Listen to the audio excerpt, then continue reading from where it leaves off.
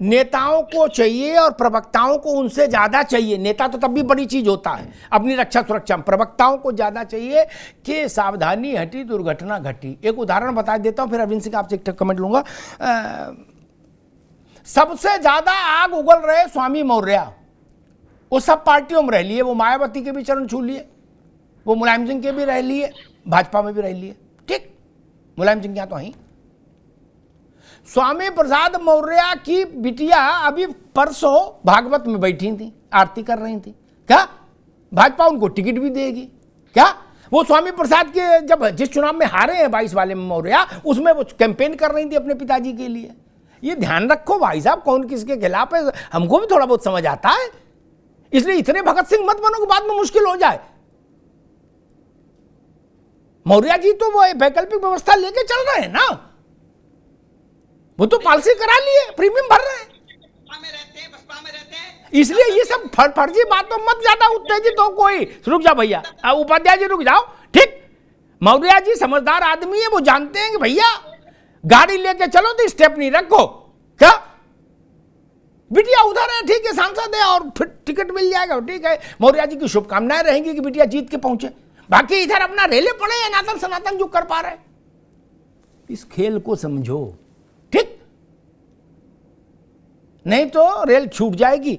अरविंद सिंह जी, क्या स्थिति इतनी सरल होती है कि दिसंबर में राज्यों में आपसी संघर्ष हो, भीषण कटाजुज्ज हो, और जनवरी में जाए हम उन्हीं राज्यों में वही चेहरे और कहें कि अब सब मामला बदल गया, अब राष्ट्र का विषय आ गया है, अब सब लोग पुरानी बातों को डिलीट करो और नई बातों पर सुनो? क्या इतना सरल है ये मोबाइल जितना कि भाई कुछ भी डिलीट कर दीजिए, कुछ भी ऐड कर दीजिए? राजनीतिक नैरेटिव बिल्कुल सरल नहीं होता है अमिताभ जी, और जो राज्यों के हित है और राष्ट्र के हित हैं बिल्कुल सेपरेटेड नहीं है, एक दूसरे से जुड़े हुए हैं, एक दूसरे से इंटीग्रेटेड है। आप मेरे को बताइए, कांग्रेस के द्वारा ममता बनर्जी को घोटालेबाज कहा जाता है, इनके नेता प्रतिपक्ष जो लोकसभा में हैं उनको विष कन्या से लेके अग्नि कन्या और पता नहीं क्या क्या कहा जाता है, दंगे को प्रश्रय देने वाला कहा जाता है, लोकतंत्र का विरोधी कहा जाता है, और वो टीएमसी की सर्वे सर्वा है। तो ऐसे नेत्री जो बंगाल में बुरी हैं, दंगा को प्रश्रय देती हैं, भ्रष्टाचार को प्रश्रय देती हैं, वो विष कन्या है, वो दिल्ली में आके वो देश के लिए अच्छा कैसे हो जाएंगी? मुझे लगता है कांग्रेस को अपने दोहरेपन से और अपने दोगलेपन से बाज आना चाहिए। उनको तय करना चाहिए कि वो घोटाले का सपोर्ट करते हैं या विरोध करते हैं, वो दंगे का सपोर्ट करते हैं या विरोध करते हैं। ये दोहरी बातें आप बताइए कैसे चलेंगी? एक जगह ठीक है और दूसरी जगह बेठीक है, और राज्यों में आप एक दूसरे से लड़ेंगे, गाली देंगे, और केंद्र में आके आपका गठबंधन मजबूत हो जाएगा, और जब कोई प्रश्न करेगा तो आपको मिर्ची लग जाएगी। ये कैसे चलेगा? ये चलने वाला नहीं है। लेकिन चूंकि राजनीति में है और लड़ाई लड़नी है और एक गठबंधन बनाने की कोशिश की जा रही है जो बनी नहीं है, ऐसा गठबंधन जिसका न कोई नीति है, किसी ने देखा नहीं, न कोई नियति है, लक्ष्य क्या है किसी को पता नहीं है, कौन नेता है कोई जानता नहीं है, एक अदद संयोजक भी तय नहीं किया है। प्रधानमंत्री की बात तो छोड़िए, वो लड़ाई कैसे लड़ेगी? स्वाभाविक है मीडिया भी प्रश्न करेगी और सब पूरी देश की जनता करेगी। ठीक है अरुण जी। रत्नाकर जी, जो बात मैंने शुरुआत में कही थी कि जिस दिन से ये फैसला कर लिया कि INDIA बना लिया हमने, ठीक, गठबंधन में आ गए, उस दिन से कम एक अघोषित आचार संहिता आपस में जरूर होनी चाहिए, कोई भी गठबंधन हो, कि बड़े चेहरों पर कीचड़ नहीं उछालेंगे आपस में। क्या इतना तो होना चाहिए, क्योंकि बड़ा मुश्किल हो जाता है जमीन पर। सोमवार को जिसको चोर बता रहे, मंगल को उससे कहोगे ये भगत सिंह है, बड़ा मुश्किल हो जाता है। आप बोल सकते हो, बोलने में तो कंठ लगता है, कंठ में अगर जाने तो बोल सकते हो, लेकिन उसका असर नहीं होता नीचे। रत्नाकर जी देखिए, बड़ी अजीब विडंबना है जी कि भारतीय जनता पार्टी हमारे ऊपर आरोप लगाने का तमाम कोशिश करती है, लेकिन ये अपने ही प्रधानमंत्री के उन बातों को भूल जाते हैं महाराष्ट्र में कि जिस 5 दिन पहले ही जिस एनसीपी को नेचुरली करप्ट पार्टी और 71,000 करोड़ का घोटालेबाज बता रहे थे, उन्हीं के साथ मिलकर के सरकार जो है बना उनको उप मुख्यमंत्री बना देते हैं। हेमंत बिश्व शर्मा को वाटर घोटाला, तमाम घोटाले की पर्चियां बांट रहे थे, उन्हीं को मुख्यमंत्री बना करके अपने दल में शामिल करके मुख्यमंत्री बना देते हैं। एनपीपी के खिलाफ तमाम आरोप लगा रहे थे जब चुनाव में, और उसी एनपीपी के साथ बैठ करके और ये सरकार बना लेते हैं। तो ये भारतीय जनता पार्टी के पास तो वॉशिंग पाउडर है जी। ये तो सबको धो पोष देती है और अपने हिसाब से लाके खड़ा कर देती है। सारे भ्रष्टाचारी इनको हमारे अंदर ही दिखते हैं, सारे जो है गलत बयानबाजी वाले हमारे ही अंदर दिखते हैं। ये तो इनका चरित्र है, आप समझिए। और दूसरी चीज मैं अभी जवाब देता हूँ अरविंद सिंह की बातों का। ये देखिए अमिताभ जी, एक छोटी सी बड़ी हृदय विदारक घटना है, सिर्फ 10 सेकंड लूंगा। बड़ी हृदय विदारक घटना है, उसका जिक्र करना बड़ा जरूरी है। अभी कुछ देर पहले ही न्यूज में आया। ये इतने बड़े सनातनी हैं तो हिंदुओं की रक्षा क्यों नहीं कर पाते। उज्जैन में एक वीडियो फुटेज आया है अभी, 12 साल की बच्ची के साथ रेप हुआ। अर्धनग्न, थोड़ा राजस्थान की भी चर्चा कर लीजिए। 8 किलो जी, जरा सुनने की क्षमता रखिए, इसीलिए भैया बोलो, हम सुन रहे हैं, बोलिए। 8 किलोमीटर वो बच्ची, उसके शरीर से ब्लड रिस रहा था, रक्त रिस रहा था, और वो मदद की गुहार कर रही थी। 8 किलोमीटर तक किसी ने मदद नहीं की, और उसने आरोप भी लगाया उसकी मां के साथ भी दुर्व्यवहार हुआ है। ये हृदय विदारक ठीक है रत्नाकर जी, और समझ के किसी का भी दिल रो पड़ेगा जी, रो पड़ेगा। ठीक, आ गई आपने अच्छे से रख दी। अब उसके आ गई रत्नाकर, आ गई भाई, आता गई, आपने अच्छे से रख दी बात। ठीक, अभी रुक जाए। मैं इस बात से सहमत नहीं कि सनातनियों की रक्षा करो, हिंदुओं की रक्षा करो, ये नैरेटिव बेकार का है। हर आदमी की रक्षा होनी चाहिए, हर राज्य में रक्षा होनी चाहिए, किसी पार्टी की सरकार हो, जीवन सुरक्षित होना चाहिए।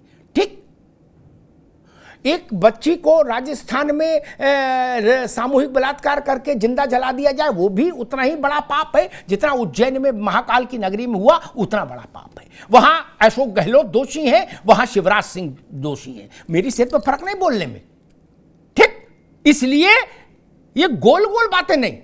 दूसरी बात, एक बात रत्नाकर सिंह ने जो कही उसमें एक तकनीकी अंतर है जिसको जानबूझ के अवॉइड किया जा रहा है। पहले सबने सबको चोर कहा, अच्छी बात है, जो उदाहरण रत्नाकर जी ने दिए, मैं उन उदाहरणों में डिस्प्यूट नहीं कर रहा। उन्होंने दिए हैं तो समझ के दिए होंगे, पढ़ के आए होंगे कहीं से। मैं कह रहा हूं जिस दिन से गांठ जोड़ लो उस दिन से तो चोर ना कहो। सवाल तो यह था, आप गांठ जोड़ने के बाद चोर कह रहे हो कि ममता बनर्जी 3 लाख रुपए कमरे में रुक रही हैं, अवंती कामरेड है। ये ना कहो, जब ममता से 2-2 हाथ कर रहे थे तो बोल ही रहे थे चोर, फिर समस्या नहीं थी। यही तो कह रहे थे भैया, बात दूसरी चल रही, जब आप दूसरा दे रहे हो। जब समझाना हो जाए, रिश्ता बन जाए, तो गाली गलौज नहीं करते आपस में। उससे पहले भरपूर कर रहे थे, कोई दिक्कत नहीं। तब आप यही कह सकते हो पहले गाली दे रहे थे, फिर शादी क्यों कर ली, समझाना क्यों कर लिया, इतना ही ना पूछोगे। लेकिन समझाना बना लेने के बाद गाली गलौज खराब है। ये मेरा निवेदन था। अगर कांग्रेस कह रही नहीं, रिश्तेदारी करने के बाद भी गाली गलौज अच्छी है, तो मेरा प्रणाम, मैं डिस्प्यूट में नहीं पड़ूंगा आपके साथ। अगर आपको लगता है कि नहीं जी हम गठबंधन ऐसे करके दिखाएंगे, बहुत बढ़िया, कर लीजिए ना, कोई रोक है, लोकतंत्र है मित्र। मैंने एक अपनी बुद्धि से एक टिप्पणी की, समाजवादी पार्टी ने एक आकलन दिया कि भाजपा की बी टीम है बसपा, और मायावती सीबीआई ईडी इनके डर से भाजपा के पीछे हैं, और 14 से वो सुपारी लेके, सुपारी शब्द इस्तेमाल किया था सपा ने, सुपारी लेके सपा को हरा रहे हैं 14 से लगातार। ये ऑफिशियल स्टैंड था। मैंने तब भी पूछा था मीना साहब कि 14 के बाद 19 आया क्या? अगर ये सत्य आपको पता था कि मायावती भाजपा की बी टीम है और 14 से सुपारी ले रखी है, तो 19 में गठबंधन तो नहीं करना चाहिए था। मीना साहब गलत तो नहीं कह रहा?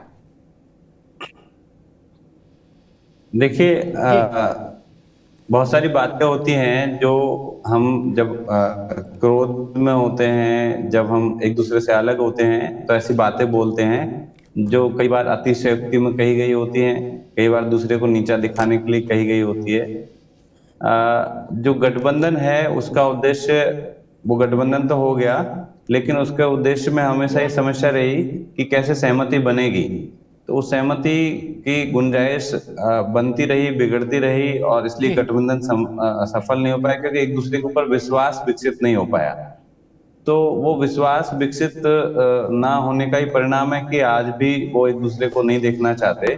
तो लेकिन ऐसा नहीं कह सकते कि दोनों के बीच में कोई सहमति बन नहीं सकती या दोनों इतना अलग हैं। दोनों सामाजिक न्याय की लड़ाई लड़ते हैं, एक दूसरे को समझना चाहिए। और जैसे उन्होंने एक गठबंधन का प्रयास किया वंचितों के हित में, ऐसे ही गठबंधन के प्रयास करने चाहिए, अपने आपसी मतभेद भूल करके। जो आपसी मतभेद है उनको अगर मन में लेकर बैठे रहेंगे तो राजनीति में लंबी लकीर नहीं खींच पाएंगे।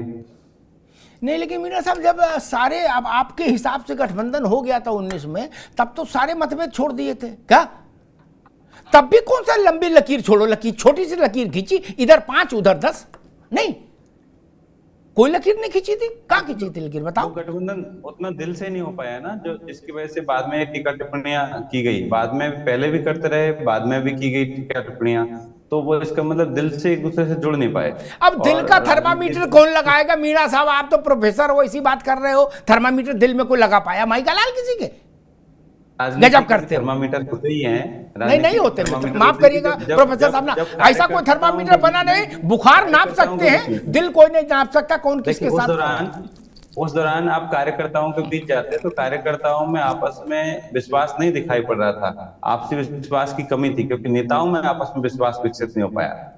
हाँ, हम जैसे लोगों ने सोचा कि गठबंधन हुआ है तो कुछ बदलेगा, कुछ नई राजनीति शुरू होगी यहाँ से, लेकिन जब कार्यकर्ताओं और नेताओं। ठीक है मीणा साहब, ठीक है। देखो एक बात मैं कह दूं, मैं तो बड़ा प्रैक्टिकल आदमी हूं। मीणा साहब जितना विद्वान तो होने की बड़ी बड़ी बातें करूं, मैं तो ठोस बात जानता हूं। मायावती, वंचित और वो सब शब्द तो इतने जानता नहीं, बड़े बड़े।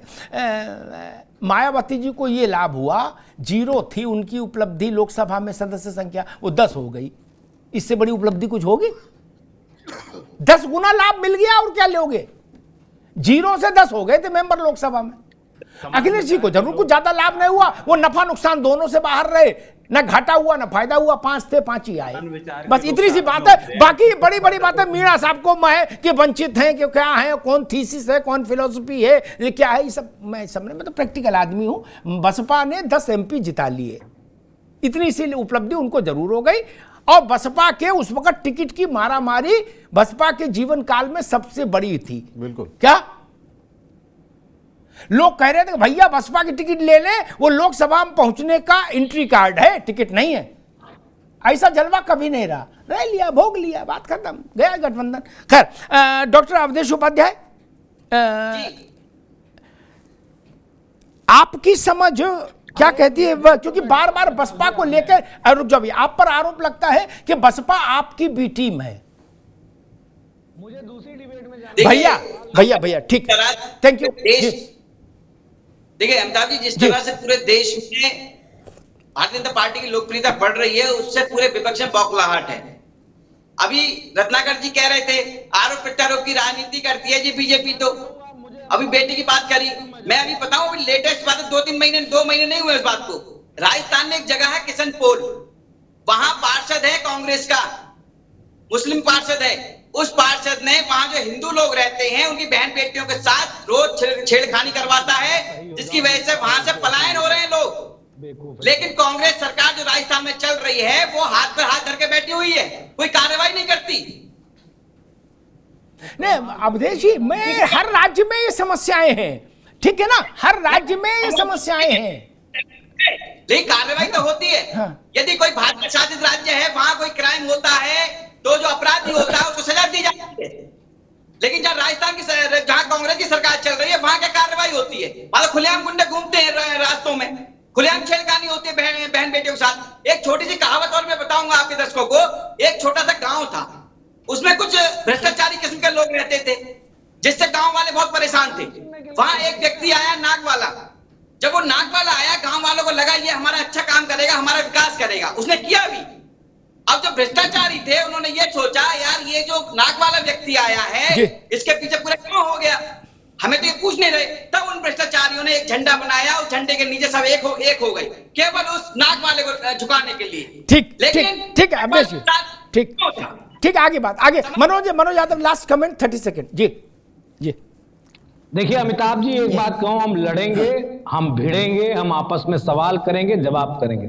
यहाँ कोई किसी का गुलाम थोड़ी है ठीक बात। कि हम गुलामियत करते हैं कि हम सवाल नहीं पूछेंगे, मोदी के सामने जीप चप रखेंगे, मंगरू चाचा को शपथ दिला देंगे अभी कैबिनेट मंत्री की, और जो बेचारा 9 बार से बीजेपी विधायक है उसको राज्य मंत्री का दर्जा तक नहीं मिलेगा। यहाँ गुलामी वाली नहीं है कोई दल, सबसे एक दूसरे सवाल पूछेंगे। गुलामी तुम करो, गुलामी ये करे, अरविंद सिंह करे, और तुम्हारे यहाँ बोलने की आजादी नहीं, हमारे यहाँ सबको बोलने की आजादी है। हम बोलेंगे, सब सवाल करेंगे, यही हमारा लोकतंत्र हमको शिक्षा देता है। आपको ज्यादा पेट में मरोड़ नहीं होनी ठीक है मनोज जी, चाहिए। आगे बात, आगे राजस्थान में आगे, अब रुकना होगा, अब रुकना होगा, आगे बात अच्छे से आगे।